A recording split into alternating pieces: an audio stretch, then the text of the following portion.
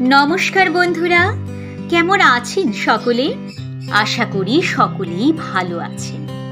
আমাদের ফিরে আসার আজ দ্বিতীয় রবিবার। আজকেও আমরা একটি গল্প নিয়ে হাজির হয়েছি আপনাদের সামনে। তবে গল্পটি কিন্তু নতুন কোনো গল্প নয়।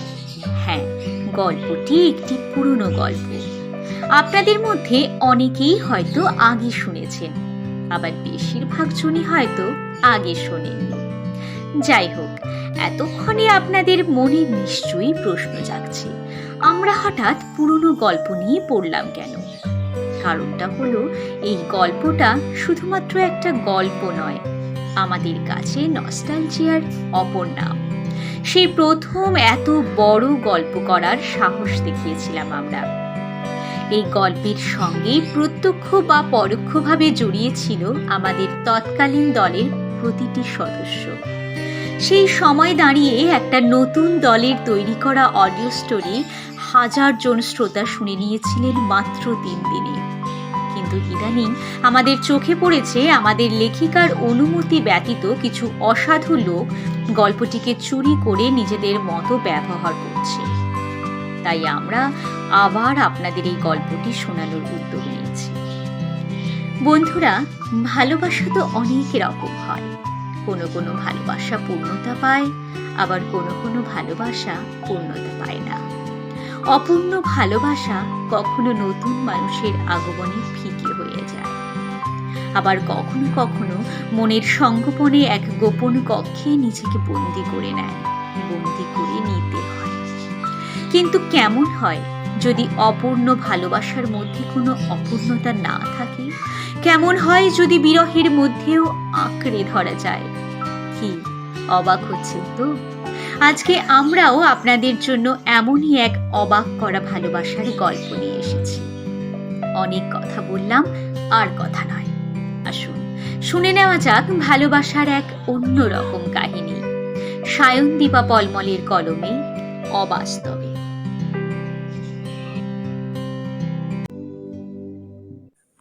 তুই কি সত্যি চলে যাচ্ছিস? আর কোনোদিনও দেখা করবি না আমার সাথে? তুইও তো তাই চাস। তোর কি সেটাই মনে হয়? তাহলে তুই চাস না আমি চলে যাই? কি হলো বল, চুপ করে থাকিস না। আমার চাওয়া না চাওয়াতে তো আর বাস্তবটা পাল্টাবে না। বাস্তব? You mean family, society, right?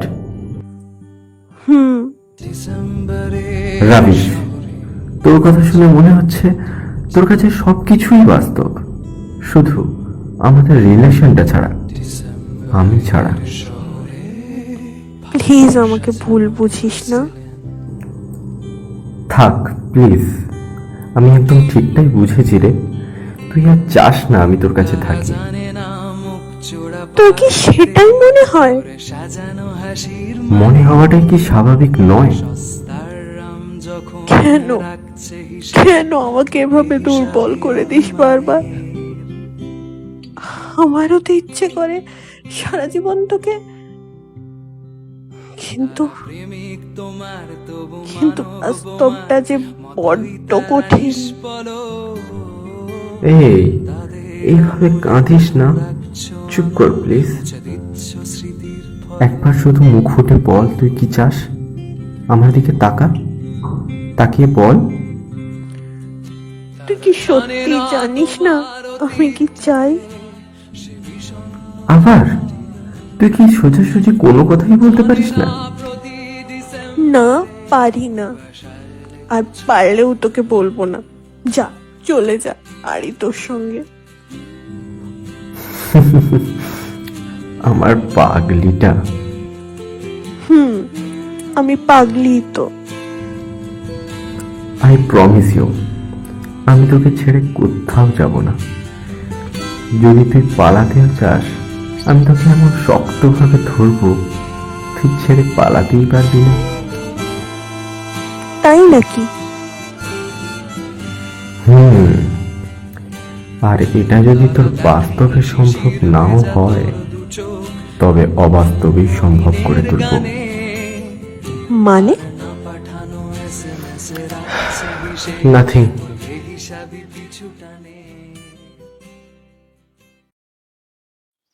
সমস্যাটা তাহলে কতদিন ধরে হচ্ছে? তা প্রায় 4 মাস। মানে মাস 4 আগে আমরা প্রথম খেয়াল করি ব্যাপারটা। হয়তো তার অনেক আগে থেকেই হচ্ছে। 4 মাস? তাহলে এতদিন পর এলেন কেন? জানেন না যত সময় যায় অবস্থা আরো জটিল হয়ে ওঠে?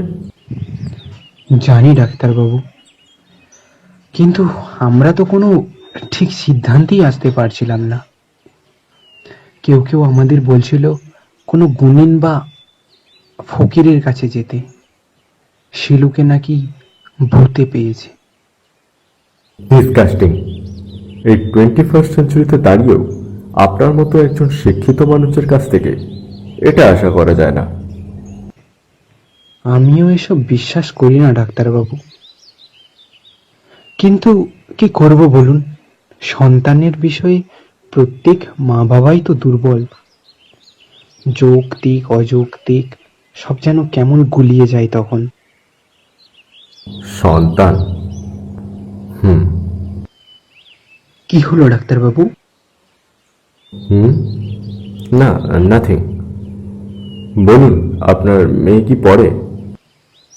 আগে মাস্টার্স করছে, লাস্ট ইয়ার। কোথায় পড়ে? উড়িষ্যা। এবার বলুন তো, কে প্রথম দেখে ওর এই অস্বাভাবিকতা এবং কবে নাগাদ? প্রথম ব্যাপারটা লক্ষ্য করে ওর রুমমেট সুরভি, প্রায় মাস 4 আগে। একদিন মাঝরাতের দিকে সুরভির ঘুম ভেঙে যাওয়ায় সে খেয়াল করে শিলু যেন কার সাথে চাপা গলায় হেসে হেসে কথা বলছে। সামনে কেউ নেই, হাতে ফোনও নেই। মেয়েটা যেন হাওয়ার সাথে গল্প করছে। তারপর? এরপর সুরভি শিলুকে ডাকতেই সে চমকে ওঠে এবং সুরভি বারবার জিজ্ঞেস করলেও ও ব্যাপারটা স্বীকারই করে না। তারপর আরেকদিন রাত্রে যখন ঘুম ভাঙতে সুরভি একই দৃশ্য দেখে। এই দিন ও আর শিলুকে না ডেকে ওদের আরেকজন রুমমেট রোশনিকে ব্যাপারটা ডেকে দেখায়। আপনারা কবে জানলেন তাহলে? সুরভি আর রোশনি এরপরে আরো 2 দিন ধরে ওকে খেয়াল করে, দেখে একই ঘটনার পুনরাবৃত্তি ঘটছে। তাই তারা শিলুকে লুকিয়ে আমাদের সব ফোন করে জানায়। তারপর আপনারা ওকে বাড়িতে নিয়ে আসেন? হ্যাঁ, আমি গিয়ে ওকে মিথ্যে মিথ্যেই বলি ওর মা খুব অসুস্থ, এই বলে ওকে বাড়িতে নিয়ে আসি। এরপর কি আপনারাও ব্যাপারটা লক্ষ্য করেন? হ্যাঁ, ওকে বুঝতে না দিয়ে আমরা ওকে নজরে রাখতাম। সুরভিরা ওকে রাত্রে কথা বলতে শুনেছিল আর আমরা শুনতাম দুপুর বেলায়। আন্দাজ করতে পারেন কি কার সাথে কথা বলছে? মানে বিশেষ কোনো নাম? হ্যাঁ পারি তো, রিক। রিক? হ্যাঁ। আপনারা এই নামে কি কাউকে চেনেন? চিনি মানে ওর মুখে নামটা শুনেছি অনেকবার। ওর কলেজের বন্ধু ছিল। তা ছেলেটির সম্বন্ধে আর কিছু জানেন? না, আসলে আমার মেয়েটা ছোট থেকেই খুব শান্ত প্রকৃতির, বড় একটা মিশুকে নয়। বন্ধু বান্ধবতায় বিশেষ একটা নেই ওর। যারা আছে বাড়িতে তারা কেউ কেউ হলেও রিক কোনোদিন আসেনি। আর সবার কথার সাথেই রিকের কথাও বলতো, তাই আগে আগে খুব একটা গুরুত্ব দিইনি আমরা। আগে দেননি মানে পরে দেওয়ার কি প্রয়োজন হয়েছিল? না মানে আসলে কলেজের শেষের দিকে আমার স্ত্রীর সন্দেহ হতে শুরু করে যে আমাদের শিলু ওই ছেলেটির প্রতি আস্তে আস্তে দুর্বল হয়ে পড়ছে। আমার স্ত্রী শিলুকে সাবধানও করে, কিন্তু শিলু কোনোদিন এ ব্যাপারে কোনো কথা বলতে চায়নি। ছেলেটির কি কোনো সন্ধান জানেন? না, ওর কলেজের কোনো বন্ধুরই ঠিকানা আমরা জানি না, আর শিলুর কাছেও চাইতে পারছি না। কি কি হলো ডাক্তারবাবু? না না, কিছু না। আচ্ছা, কোনো নির্দিষ্ট সময় আছে যখন আপনার মেয়ে এরকম আচরণ করে? সুরভি বলছিল ওরা 4 দিনই রাত 1:30টার দিকে ব্যাপারটাকে লক্ষ্য করেছে, আর আমার স্ত্রী দুপুরের দিকেও খেয়াল করেছে। ওকে, ঠিক আছে, আপনার মেয়েকে আনুন একদিন। আচ্ছা ডাক্তারবাবু, একটা কথা বলবো? বলুন। আমার স্ত্রী বলছিলেন যে, কি হলো বলুন। বলছিলেন রিক বোধহয় আর বেঁচে নেই। কোনো একটা দুর্ঘটনায় আর ওরই আত্মা হয়তো শিলুকে। আপনি মেয়েকে নিয়ে আসুন। সরি ডাক্তারবাবু, আসছি। তোমার নাম? শায়লা। বাহ, বেশ সুন্দর নাম তো তোমার। কে রেখেছে? বাবা। ইকবাল সাহেবের পছন্দ আছে বলতে হবে। তো শায়লা, কি নিয়ে পড়ছো তুমি? Masters in philosophy, last year. Doctor, বলো। বাবা তো এগুলো আপনাকে সবই বলেছে, তাই না?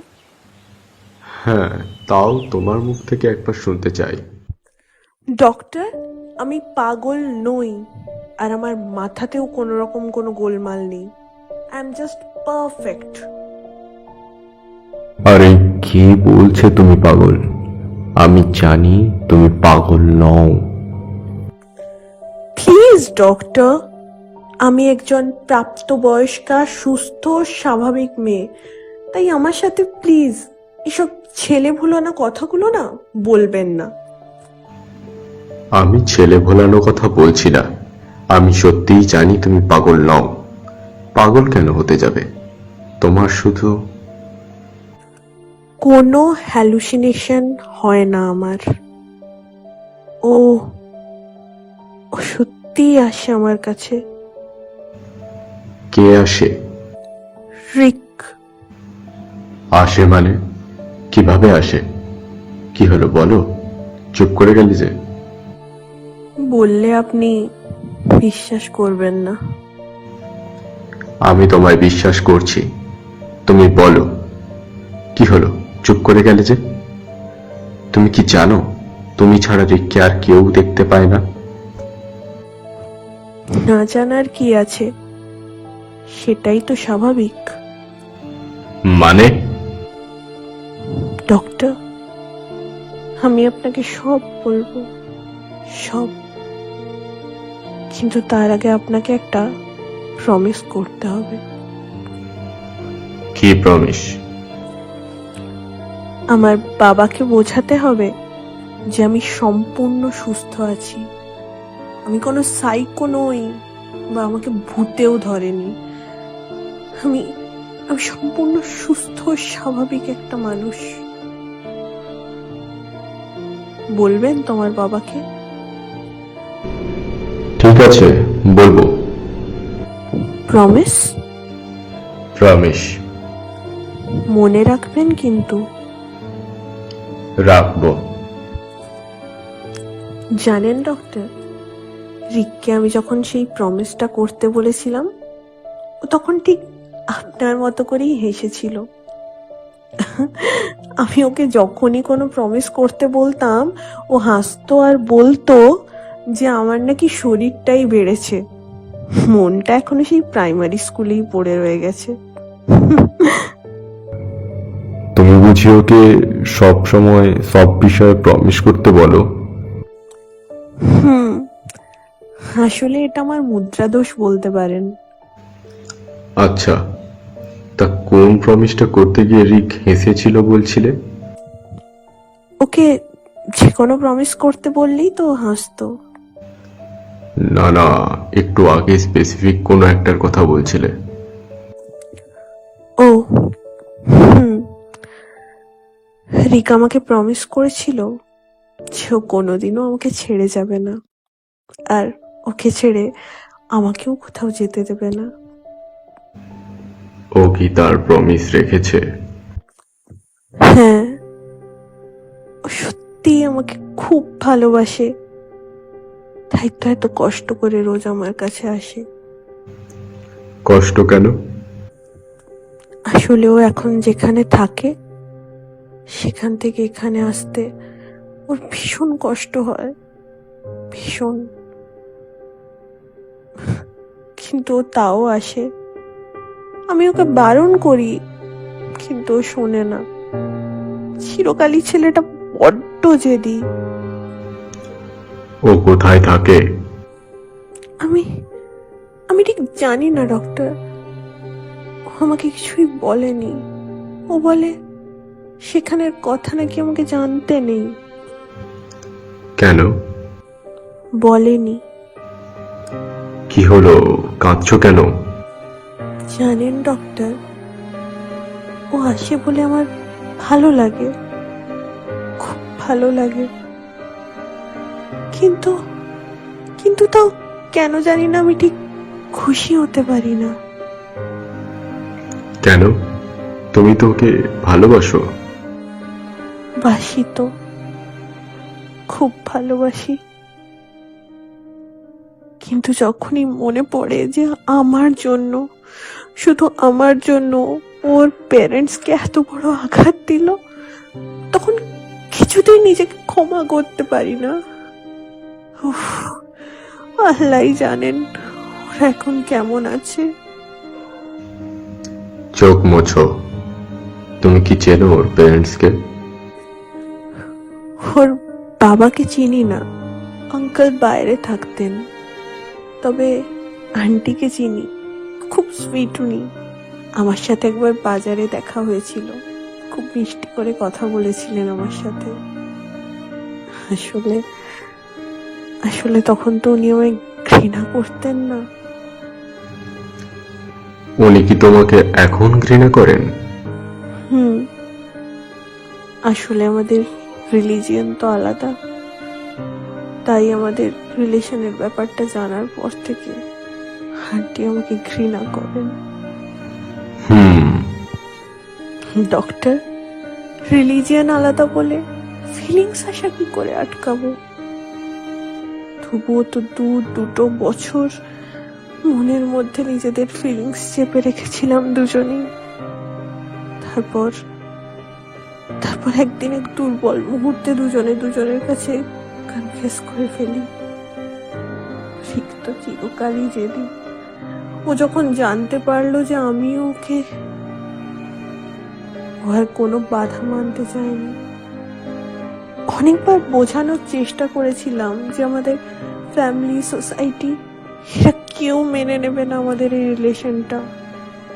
কিন্তু রিক আমার কথাই শুনলো না। আমি আমি চেষ্টা করতাম মাঝে মাঝে যে ওর থেকে দূরে চলে যাব, কিন্তু কিন্তু ওর থেকে আলাদা হওয়ার কথা ভাবলেই আমার বুকের ভেতরটা ফেটে যেত। ডক্টর, আমি তো মানুষ, নিজেকে পাথর করে তুলবো কি করে? কেঁদো না শায়লা, জল খাও। আচ্ছা শায়লা, ইয়েস ডক্টর। রিক মারা গেল কিভাবে? 30 স্লিপিং পিলস আন্টি লাগে, পুরো ভর্তি শিশিটাই পেয়ে গেছিল হাতের কাছে। তারপর সব শেষ, সব।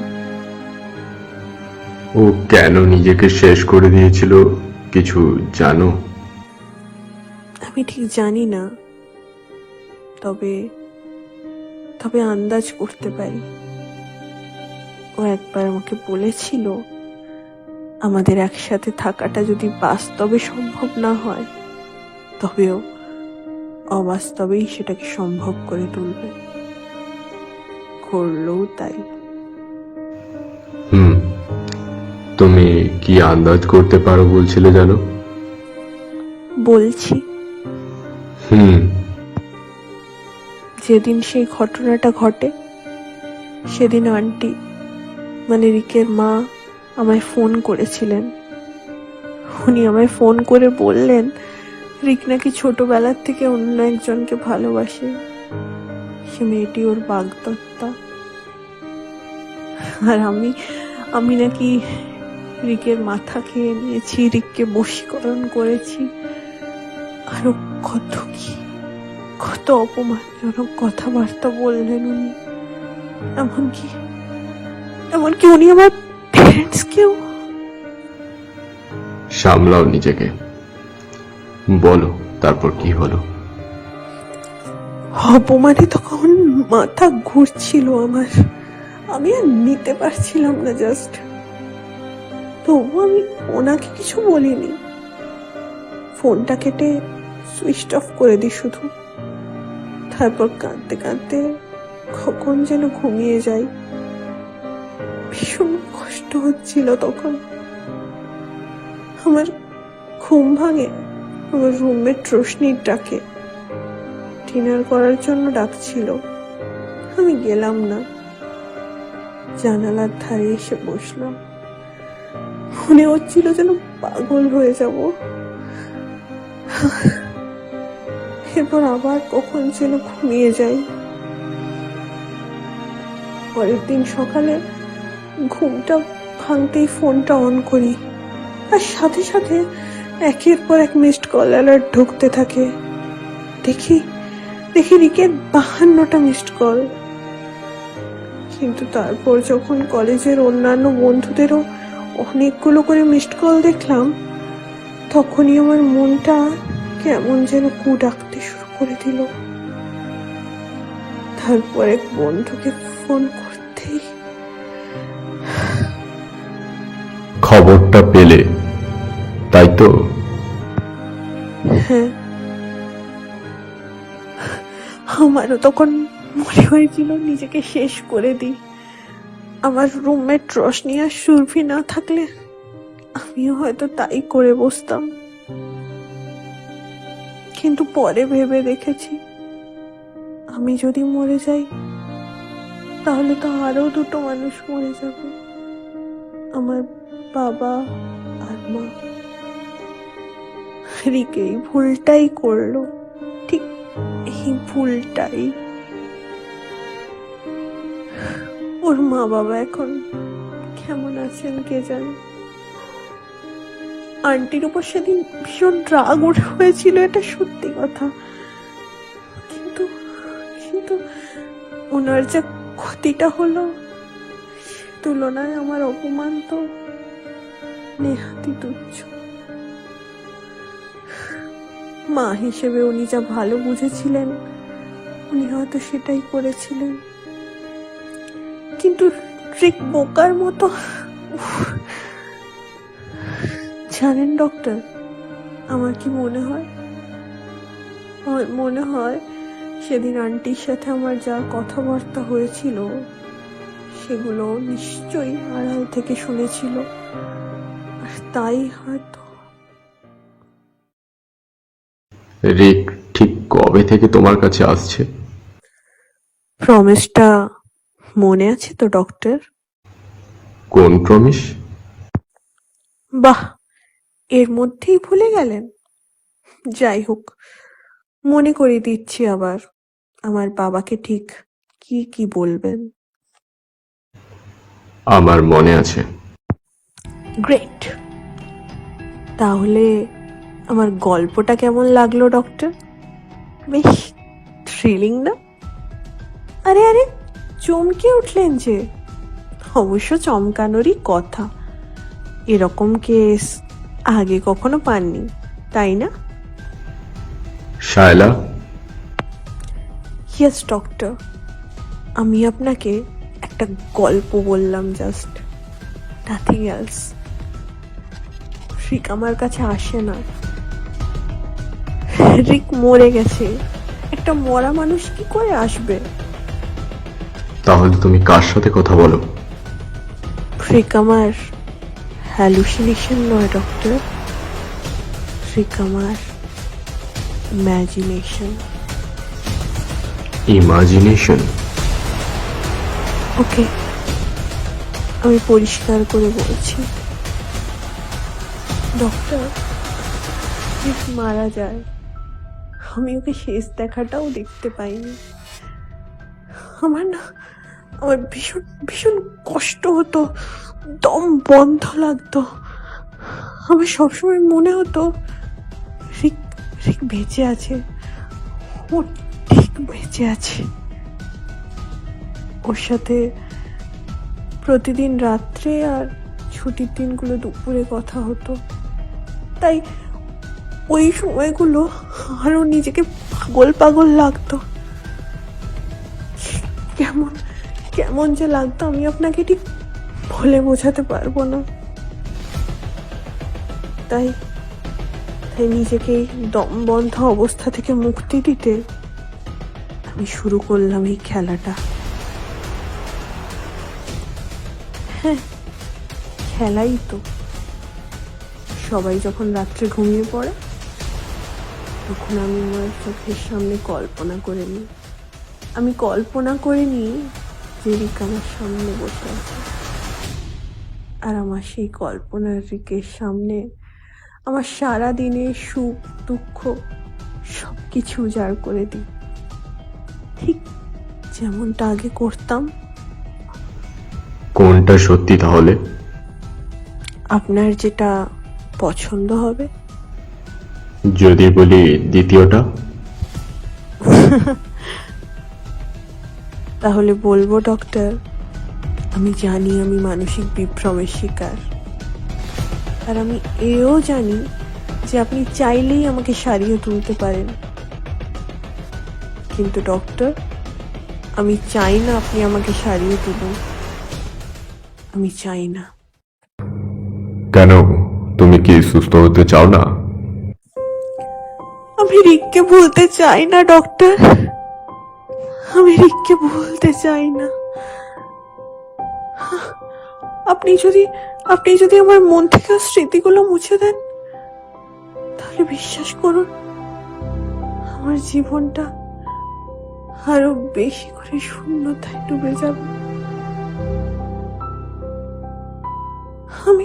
আমি হয়তো আপনাকে বুঝিয়ে বলতে পারছি না ব্যাপারটা, আমি ছাড়া হয়তো কেউ বুঝবেও না। কিন্তু জানেন ডক্টর, আমি ভালো আছি, আমি বেশ ভালো আছি। আর আমি যে কটা দিন বাঁচবো, রিকের এই স্মৃতিগুলোকে আঁকড়ে ধরেই আমি বাঁচতে চাই।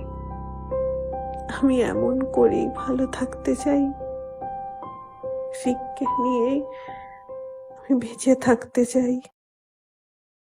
আর যদি প্রথমটা বিশ্বাস করতে চাই? কি হলো, হাসছো যে? বেরিয়ে গিয়ে বাবাকে পাঠিয়ে দিচ্ছি, আপনি একটু বুঝিয়ে বলুন ওনাকে। আসছি, ভালো থাকবেন। স্বনামধন্য সাইকোলজিস্ট ডক্টর অনিমেষ রয়। তিনি জীবনে অনেক রকম কেস হ্যান্ডেল করেছেন, কিন্তু শায়লার কেসটা সেটা তার কাছে অন্যরকম গুরুত্বপূর্ণ। রোজ তিনি নিজেই ড্রাইভ করে বাড়ি ফেরেন, কোনো অসুবিধে হয়নি কোনো দিনের জন্য।